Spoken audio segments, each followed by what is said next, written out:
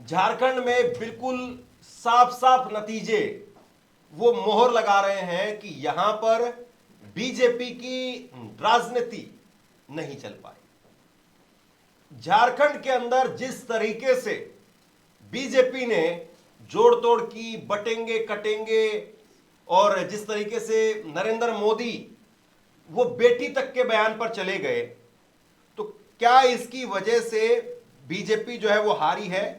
ये एक बड़ा सवाल है। झारखंड के अंदर बीजेपी की हार हुई है, जो करारी हार हुई है, इसको लेकर के चर्चा होनी चाहिए। महाराष्ट्र को लेकर के हर कोई चर्चा कर रहा है कि महाराष्ट्र में बीजेपी की प्रचंड जीत हुई, ये हुआ, लाड़की बहना चल गई। लेकिन महाराष्ट्र के उलट झारखंड में जो तस्वीर निकल करके सामने आ रही है, वहां पर जिम्मेदार कौन है? किसकी वजह से बीजेपी हारी है? यह सवाल क्यों नहीं पूछा जाना चाहिए? और क्या नरेंद्र मोदी का वो नफरती बयान जिसमें वो बेटी तक पहुंच गए थे, और आज आप बताइए कि क्या देश के प्रधानमंत्री शाम को बीजेपी हेडक्वार्टर में खड़े होकर के इस बात को कहेंगे कि अब झारखंड के अंदर हेमंत सोरेन की सरकार जीत गई है, हेमंत सोरेन दोबारा मुख्यमंत्री बनने जा रहे हैं? तो क्या महाराष्ट्र के लोगों को, अपनी बहन बेटियों को, सबको दिल्ली ला करके भाजपा के हेडक्वार्टर में बैठा देना चाहिए?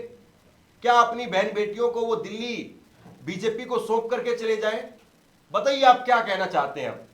नरेंद्र मोदी जी के जो बयान थे, और मैं नफरती बात कहूंगा क्योंकि देश के प्रधानमंत्री से ऐसी उम्मीद कोई नहीं कर सकता है, मैं बिल्कुल नहीं कर सकता हूं। देश के प्रधानमंत्री को अपनी एक मर्यादा, अपनी गरिमा वो जरूर रखनी चाहिए। सरकार किसी की भी बनती है, सरकार किसी की भी गिरती है, ये पहली बार नहीं हो रहा है, ये देश जब से आजाद हुआ तब से चला आ रहा है, आगे भी ऐसी चलता रहेगा। लेकिन चुनाव में ऐसी कोई बात कह देना कि उनकी सरकार बन गई तो आपकी बेटी को लूट ले आ जाएगा, तो आज देश का एक एक मतदाता या एक एक आदमी वो झारखंड से पूछ रहा है, झारखंड वासियों से पूछ रहा है कि आपने उस नारे को खारिज कर दिया। मोदी जी का वो जो नारा था, या मोदी जी जो इस बात को कह रहे थे कि आपकी बेटी लूट ले जाएंगे, और उसके साथ में हिमंता बिस्वा शर्मा, अमित शाह, जो सीए, एनआरसी और ये सारी बातें कर रहे थे। महाराष्ट्र की बात हो, महाराष्ट्र पर आप सलाम लो, महाराष्ट्र पर आप सलामी लो, सब कुछ करो आप, लेकिन झारखंड पर भी तो मुंह खोलो। झारखंड में क्या हुआ, झारखंड में आपने क्या किया, उस पर भी तो जवाब दो। झारखंड में किस तरह की नफरत की राजनीति चलाई, उस पर भी तो जवाब दो। झारखंड में क्या हिमंता बिस्वा शर्मा इस बात को लेकर के माफी मांगेंगे कि पिछले 1-1.5 महीने से लगातार जो नफरत की राजनीति उन्होंने फैलाई, हिंदू मुसलमान, हिंदू मुसलमान, हिंदू मुसलमान, इसके अलावा दूसरा कोई एजेंडा नहीं? और क्या उसी की एक बड़ी वजह है कि बीजेपी आज बिल्कुल आखिरी पर चली गई है? तस्वीर देखिए, आपकी स्क्रीन पर है, ये तस्वीर देखिए। भगवा जो रंग है वो झारखंड के नक्शे से कुछ कुछ कोनों में सिर्फ सिमट करके रह गया, सिर्फ कुछ कुछ कोनों में। तो मान लिया जाए कि जहां पर हरा रंग है, जहां पर नीला रंग है, जो कि इंडिया गठबंधन का है और जेएमएम का है, कांग्रेस का, और कांग्रेस की जहां पर सीटें हैं वहां पर नीला रंग है, जहां पर जेएमएम की सीटें जीती हैं वहां पर हरा रंग है। तो क्या ये मान लिया जाए कि जहां पर हरा रंग है, जहां पर नीला रंग है, वहां की बहन बेटियां वो अब दिल्ली के हेडक्वार्टर में, भाजपा के हेडक्वार्टर में आकर के रहने लग जाए? क्या वहां के जो परिवार हैं, बच्चे हैं, वो अब झारखंड में रहना छोड़ दें? ये जो नफरत की राजनीति चलाई गई, इस नफरत की राजनीति की वजह से सोचिए झारखंड का कितना नुकसान हुआ, झारखंड का कितना नाम खराब हुआ, किस तरीके से झारखंड में नफरत परोसी गई, इस बात को कोई नहीं भूल सकता है। महाराष्ट्र की जीत के पीछे आज बीजेपी नहीं छिप सकती है कि महाराष्ट्र, झारखंड में उन्होंने क्या क्या किया। महाराष्ट्र में आपने जो कुछ किया वो भी कम नहीं था, लेकिन महाराष्ट्र में आपका दाव चल गया या महाराष्ट्र में कोई गड़बड़ी हुई, इस बात का तो समय ही जवाब देगा। लेकिन झारखंड में जो कुछ आज हमारे सामने है, ये साफ तौर पर दिखाता है, ये साफ तौर पर बताता है कि बीजेपी की राजनीति को महाराष्ट्र के लोगों ने टाटा बाय बाय कह दिया। उन्होंने कह दिया कि यहां पर हेमंत दोबारा, और जेल का जवाब वोट से दे दिया। और हेमंत सोरेन एक ऐसे मुख्यमंत्री जिनको लगातार खारिज किया गया, और कल्पना सोरेन एक ऐसी नेता जिनका कोई पॉलिटिकल बैकग्राउंड नहीं है, जिसके बावजूद उन्होंने ऐसी ऐसी रैलियां की वहां पर कि बीजेपी के पसीने छूट गए। बीजेपी बुरी तरीके से झारखंड में हारी है और बीजेपी के बुरी तरीके से झारखंड में हारने की वजह वो आप समझ सकते हैं कि ये मोदी, अमित शाह, हिमंता बिस्वा शर्मा और भाजपा के दूसरे नेताओं की वजह से जो है वो बीजेपी हारी है। बीजेपी का जिस तरीके से यहां पर बंटाधार हुआ है, बीजेपी का जिस तरीके से सुपड़ा साफ हुआ है, इसके पीछे और कोई नहीं बल्कि ये नफरत की राजनीति है, जिसको महाराष्ट्र के, झारखंड के लोगों ने सिरे से खारिज कर दिया। जिस तरीके से हिमंता बिस्वा शर्मा को लेकर के फोटो ट्वीट किया गया, मैं आपको बहुत डीपली बता रहा हूं। मुझे याद है वोटिंग से पहले भाजपा के समर्थकों ने हेमंत सोरेन और उनकी पत्नी कल्पना सोरेन वो कहीं पर घूमने के लिए गए हुए थे, उनकी एक फोटो निकाली और दोनों पति पत्नी, हेमंत सोरेन और कल्पना सोरेन, वो दोनों पति पत्नी वो जो है वो एक मोटरसाइकिल पर बैठे हुए थे और उसमें जो है उस फोटो को इस तरीके से ट्वीट किया गया, इस तरीके से प्रचारित किया गया कि देखिए साहब, हेमंत सोरेन जो है वो ना जाने क्या गलत काम कर रहे हैं। भाई एक पति है, एक पत्नी के साथ में अपने फ्री के वक्त जो है वो, जब वो उनका पर्सनल जो समय है उसको वो एंजॉय कर रहे हैं, इसमें कौन सी गलत बात हो गई। अब उसमें लोगों ने सोशल मीडिया पर लिखा कि हर कोई ये तो नहीं कर सकता है कि छोड़ करके चला जाए, या हर कोई ये तो नहीं कर सकता है कि लड़कियों की जासूसी करवाए, सरकार को उसके पीछे लगा दे। तो एक तरीके से जो नफरती राजनीति चलाई गई। देखिए इस बात को समझिए आप, महाराष्ट्र जो है वो फिर भी सोशल मीडिया वाला इलाका है। महाराष्ट्र में फिर भी ये है कि आप बहुत सारी चीजें बहुत एडवांस है वहां पर। हालांकि महाराष्ट्र में भी बहुत सारी जगह पर बहुत गरीबी है, बहुत सारी जगह पर हमने ये देखा है कि ट्रेन से पानी भेजा जाता है। ट्रेन जो तेल के कंटेनर होते हैं उसी तरह के कंटेनर से पानी भेजने की खबरें आती हैं। लेकिन फिर भी महाराष्ट्र में एक बड़ा तबका है जो कि शहरी वोटर है। लेकिन झारखंड ऐसा नहीं है। झारखंड में जो बड़ा वोटर है, ज्यादा वोटर है, वो ग्रामीण प्रवेश से आता है।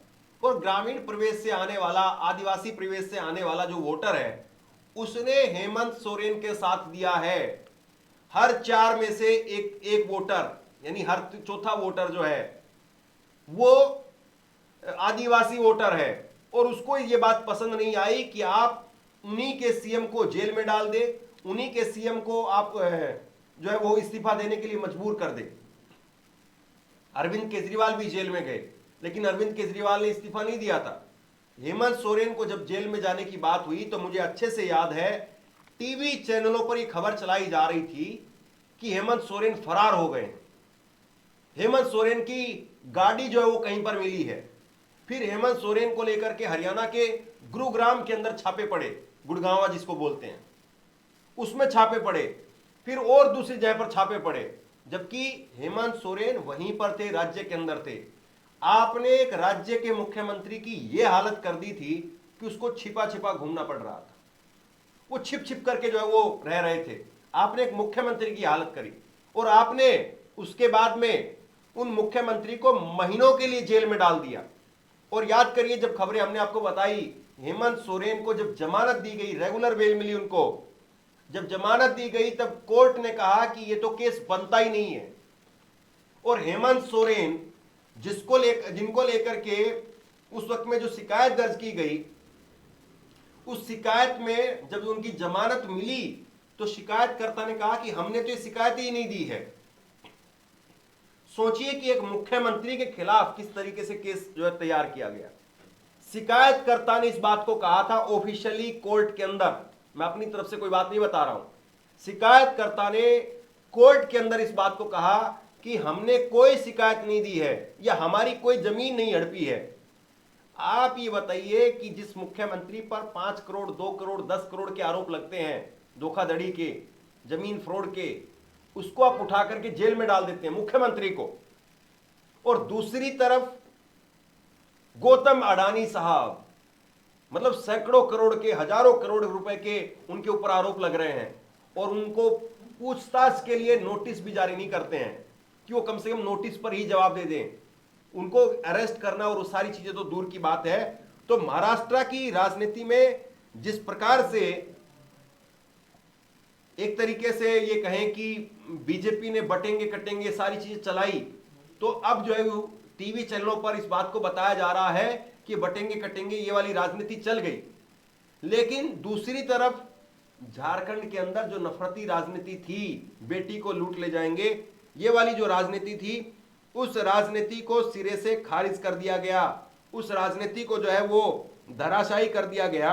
और सबसे बड़ी बात जो है वो हेमंत सोरेन ने सिरे से बीजेपी की राजनीति को अकेले अपने दम पर खारिज कर दिया है।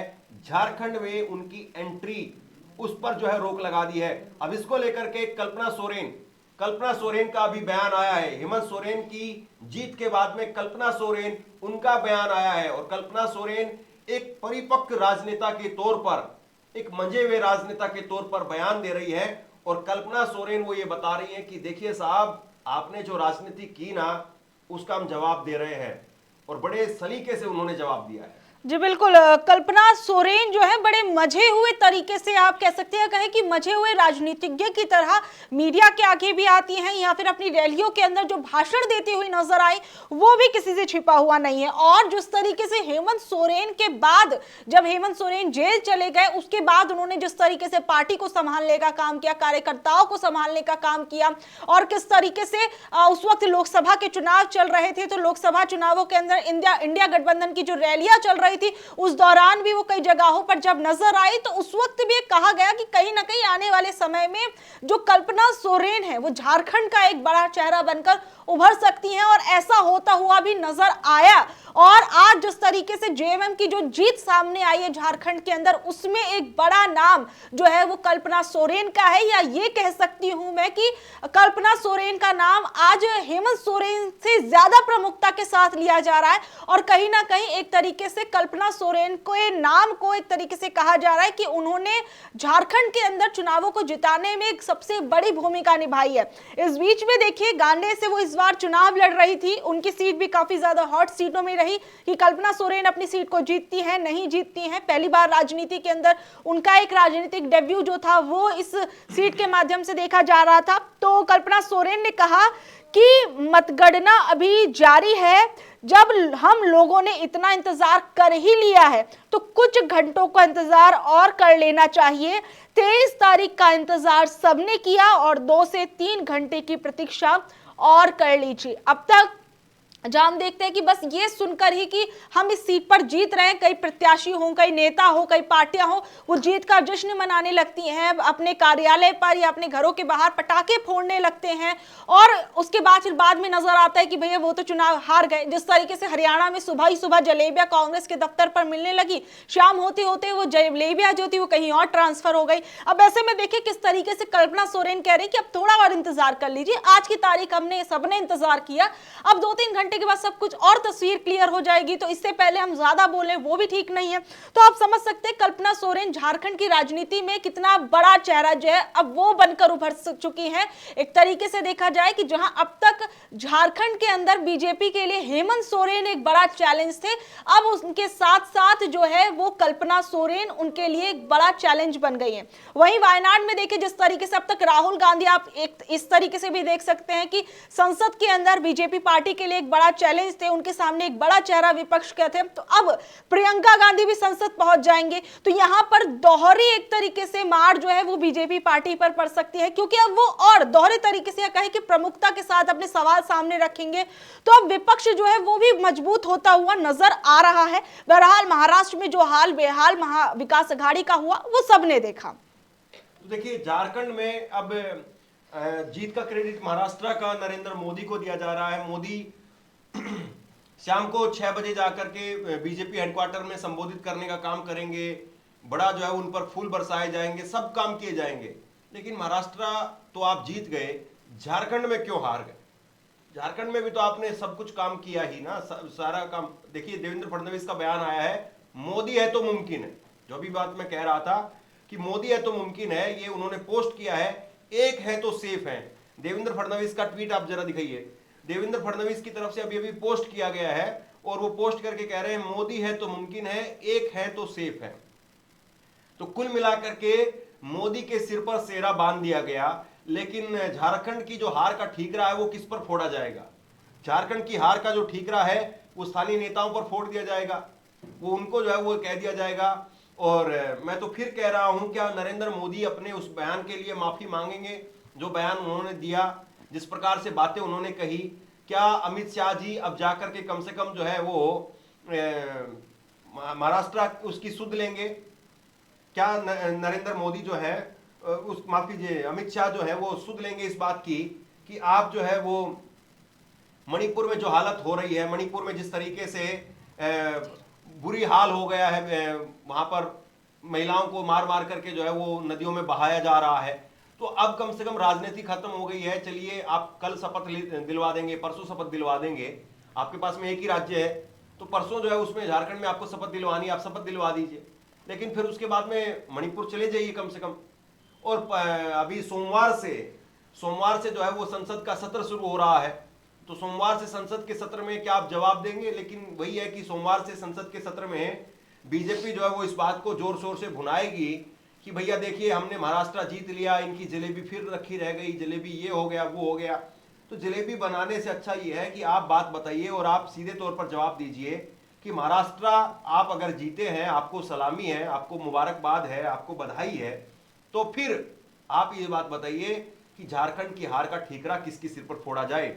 और ये आपके सामने डिप्टी सीएम देवेंद्र फडणवीस जो है वो अभी डिप्टी सीएम है ये, लेकिन अब आगे देखेंगे क्या होगा। देवेंद्र फडणवीस का बयान, तो देवेंद्र फडणवीस ने अब ये उनका बयान सामने आया, बयान तो नहीं पोस्ट आप कह सकते हैं, सोशल मीडिया प्लेटफॉर्म एक्स पर उन्होंने पोस्ट किया है 12:37 पर, जिस पर उन्होंने कहा एक है तो सेफ है, मोदी है तो मुमकिन है। तो मतलब आप कह सकते हैं कि महाराष्ट्र की लाइमलाइट से थोड़ा जिन्होंने खुद को दूर करा हुआ था नरेंद्र मोदी जी, अब फिर एक बार उन्हें महाराष्ट्र चुनावों की लाइमलाइट में लाने की कोशिश पूरी की जा रही है और इसकी शुरुआत देवेंद्र फडणवीस ने कर दी है। एक है तो सेफ है, मोदी है तो मुमकिन है।